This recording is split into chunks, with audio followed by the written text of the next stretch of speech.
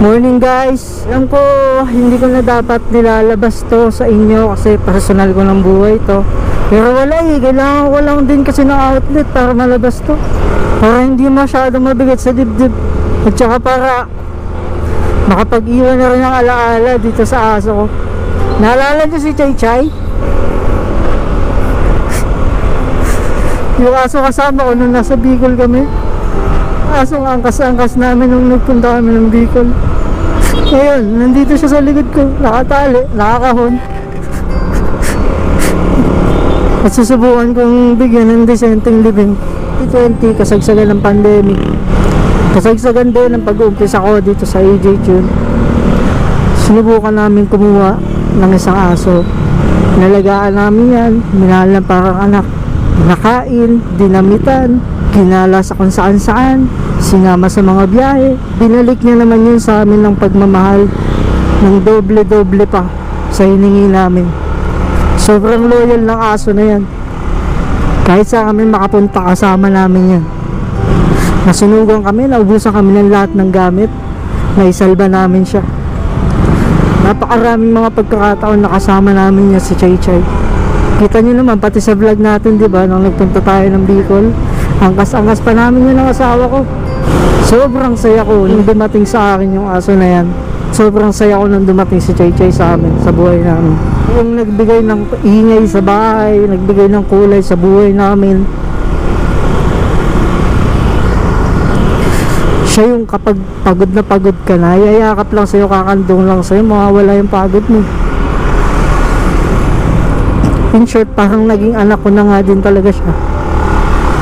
Isang anak na kahit hindi nagsasalita, kahit na hindi siya tao, kahit na marami siyang mga balahibo, bawat kumpas ng pagpagpag niya ng buntot niya, alam niyang mahal na mahal ko siya. Alam niyang mahal na mahal ko siya. Sarap din sa kakaramdam na sa 6 na taon na gumagawa ako nito, 5 taon na gumagawa ako nito, o sa 4 na taon ng buong buhay ni Chay Chay, araw-araw siyang sumasalubong sa akin. Katabi ko yan matulog, kahit kailan hindi namin yan kinulong lang sa cage na papakainin mo lang, andun lang siya. Tapos kapag ka natutulog na, ayan, katabi ko yan, tumatabi sa akin yung aso na yan. Tapos kapag kagising ko, ginigising rin ako niyan kasi mahilig siyang maglakad sa labas para umihi, yan, para dumumi. Kumbaga yan yung aso na hindi nagkakalat sa bahay eh. Hindi siya nagkakalat sa bahay. Talagang hanggat kaya niya, hanggat maaari, hindi siya iihi sa loob ng bahay. Isa pang kinatutuwa ko dyan kay Chay Chay, talagang swerte sa akin yan. Simula nang dumating yan sa akin, sunod-sunod din ang mga biyahen dumating sa akin nun. Kahit hanggang ngayon, andun pa rin sa mga video na yun. Ang dami-dami kong mga video na hindi ko naman nasi-share dito kasi hindi naman about sa motor. Pero ito, isi-share ko na rin sa inyo kasi syempre gusto ko nga magkaroon ng alaala si Chay dito sa channel na to. Para kahit pa paano man lang, pag matanda na ako, o kaya kapag namimiss ko siya, papanoorin ko lang itong mga video na to, papanoorin ko lang itong vlog na to. Kasi mahal na mahal ko talaga yung alaga ko na yun. Mahal na mahal ko na parang anak ko. Minahal ko na parang tao.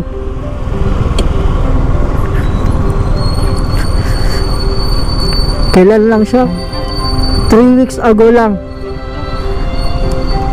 nananamlay siya, hindi siya kumakain.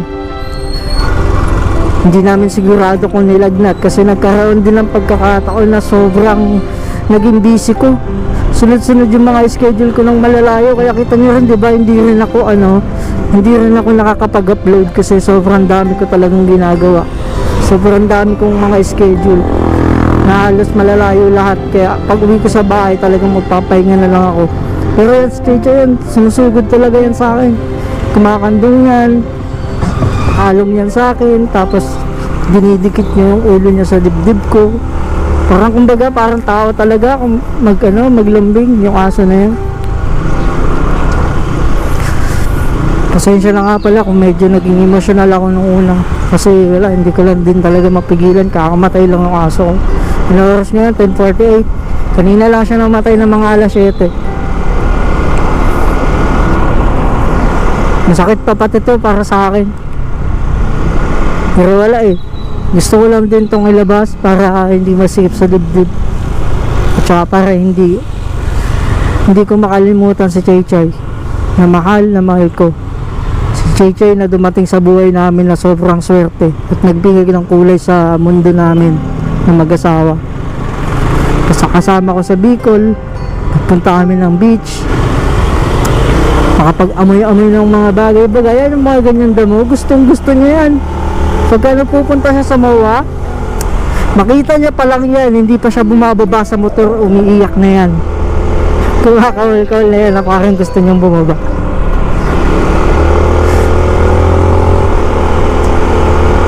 Pero mahirap man isipin, mahirap man tanggapin, masakit man sa dibdib, pero wala eh, ganun talaga yung buhay. Pero ang maipagmamalaki ko lang, sa mga bawat panahon nakasama ko yung aso na yun, minahal ko yun ng higit pa sa isang alagang aso.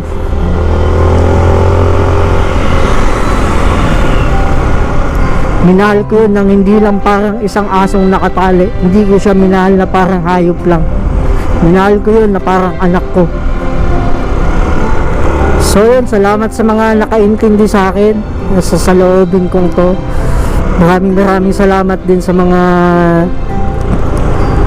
nakakaalala kay Chay Chay dun sa mga vlog natin na nilabas, di ba?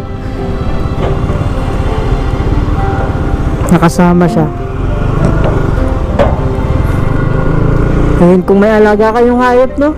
Kung may alaga kayong mga aso o pusa o kahit ano man yan na alaga nyo, sulitin nyo yung panahon na nandyan pa sila. Kasi sobrang ikli lang ng buhay nila. Ngayon, bakit dito ko siya dadalhin? Kasi ito yung pinaka-decenteng naiisip ko para sa kanya. Hindi ko siya itatapon lang kung saan-saan. Hindi ko siya iaano lang kung saan-saan. Kasi nga, mahal na mahal ko tong alaga ko na to. Mahal na mahal ko tong anak ko na to. Kaya naman kahit paano, sa simpleng ganitong paraan na maibibigay ko sa kanya sa huling parte ng buhay niya,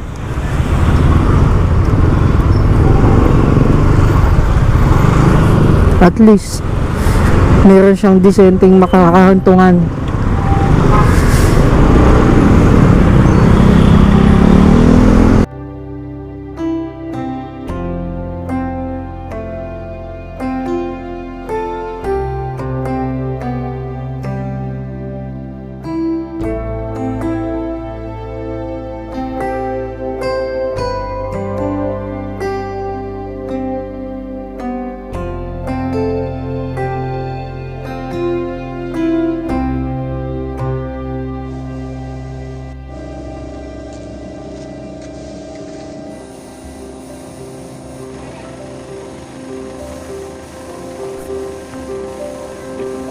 Kaya Chay, kung nasaan ka man ngayon, alam mo, mahal na mahal ka ni Daddy. Maraming salamat sa 4 na taon ng buhay mo na nagpasaya sa amin. Maraming salamat sa saya at sa pagmamahal na binigay mo sa amin. Pagmamahal na hindi na kailangan sabihin pa ng mga salita.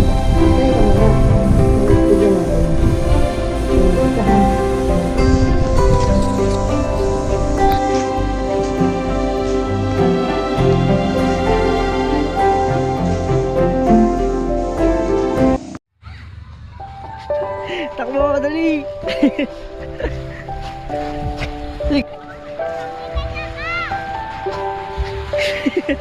Sige, takbo! Ang bilis! Higali na!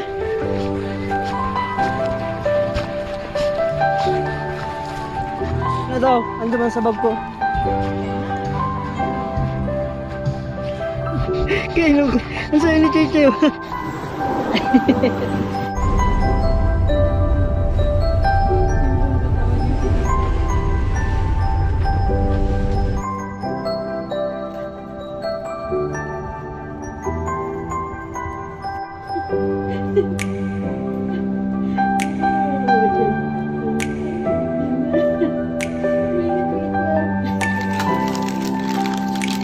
Alin dyan, sino siya?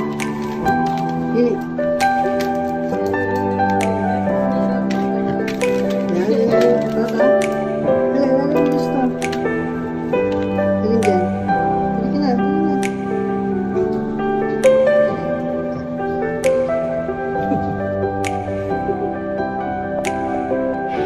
Chachay.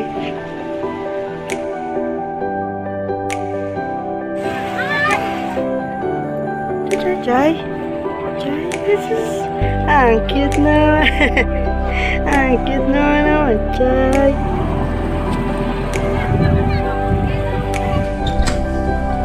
Jai, Jesus. Jesus.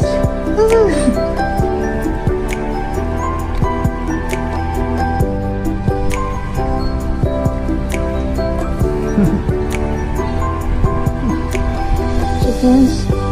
Very good. Five. High five.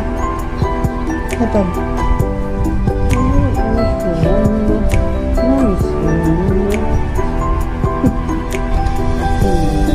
Good.